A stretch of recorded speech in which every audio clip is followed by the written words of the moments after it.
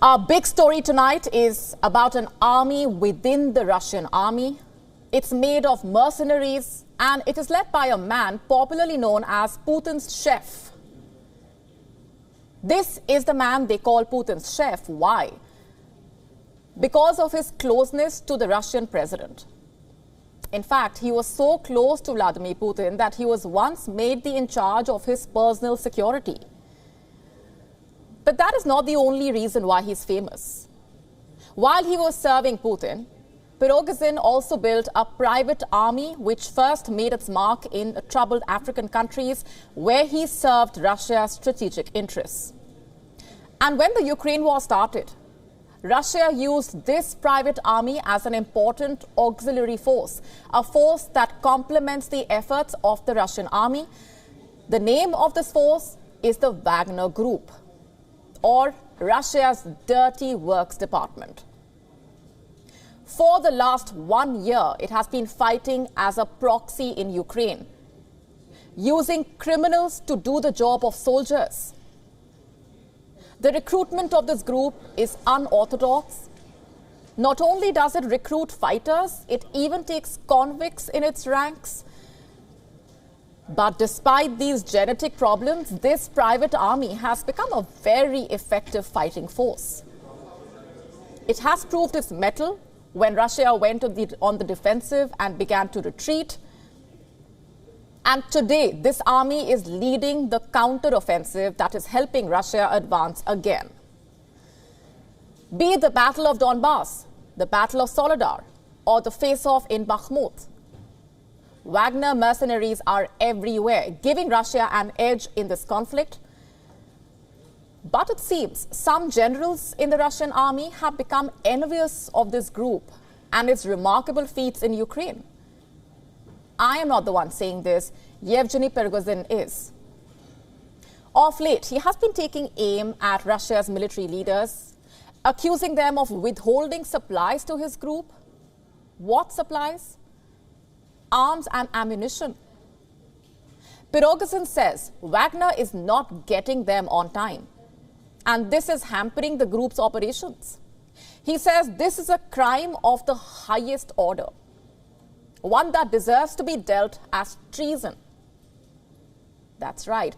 In a series of hostile audio messages on his social media, Prigozhin has accused Russia's top military leaders of treachery. And we have transcribed the audio messages. Here's what they state. I'm quoting now. There is simply direct opposition to attempts to equip Wagner fighters. This can be equated to high treason.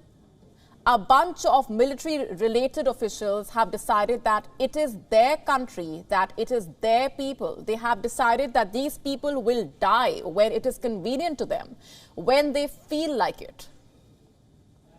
And that's not all. He has also named and shamed the generals who are allegedly behind this. I'm quoting again. Moscow's chief of general staff and the defense minister give out orders left and right, not only to not give ammunition to Wagner, but also to not help it with air transport.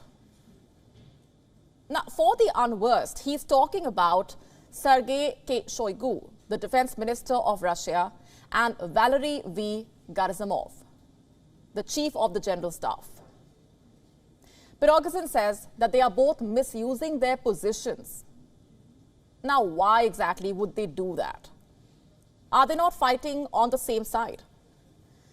Yes, they are, but they are not achieving the same results.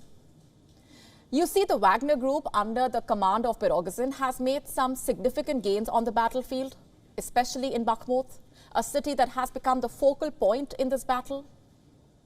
The Wagner Group has tightened its grip on this city and taken over the surrounding villages in a series of frontal assaults.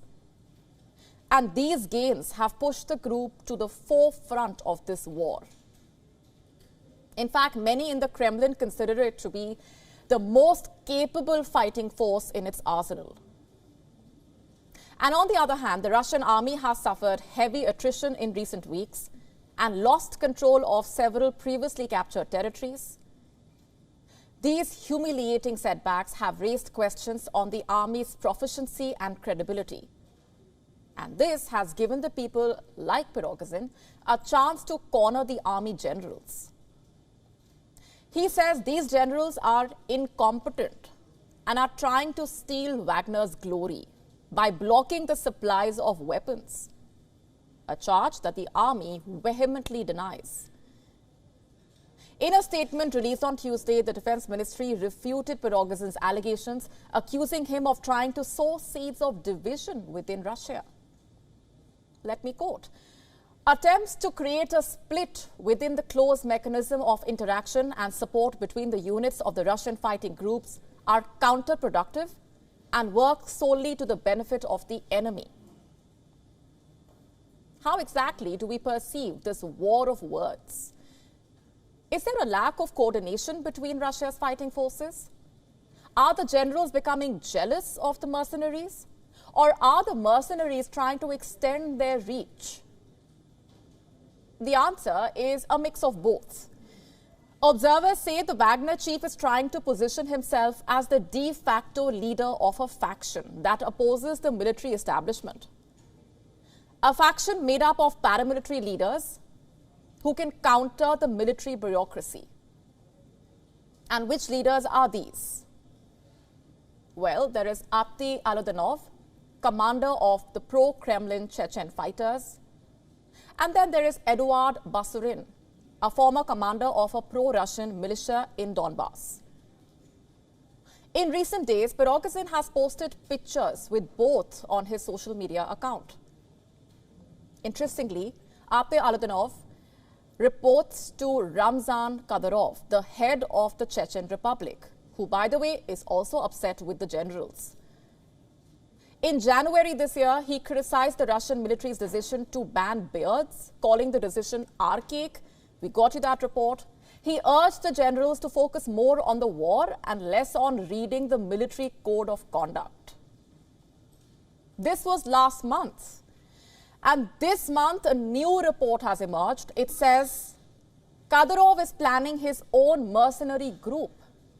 He announced this decision on his Telegram channel, praising the impressive performance of the Wagner group. Let me quote, "We can say confidently that Wagner has shown its mettle in military terms and drawn a line under discussions about whether or not such private military companies are needed. When my service to the state is completed, I seriously plan to compete with our dear brother, Yevgeny Prigozhin, and create a private military company. I think it will all work out." So at the end of the day, this is what we have. The Wagner chief is publicly slamming the Russian army. He is also posting pictures with paramilitary leaders. Meanwhile, the leader of Chechnya plans to form his own private army. Where are things headed?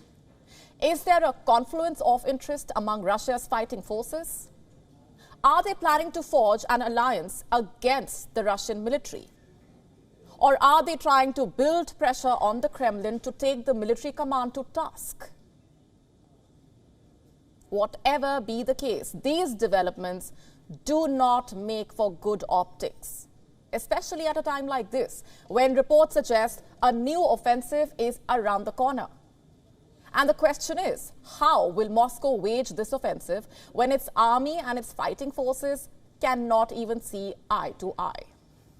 WION now available in your country. Download the app now. Get all the news on the move.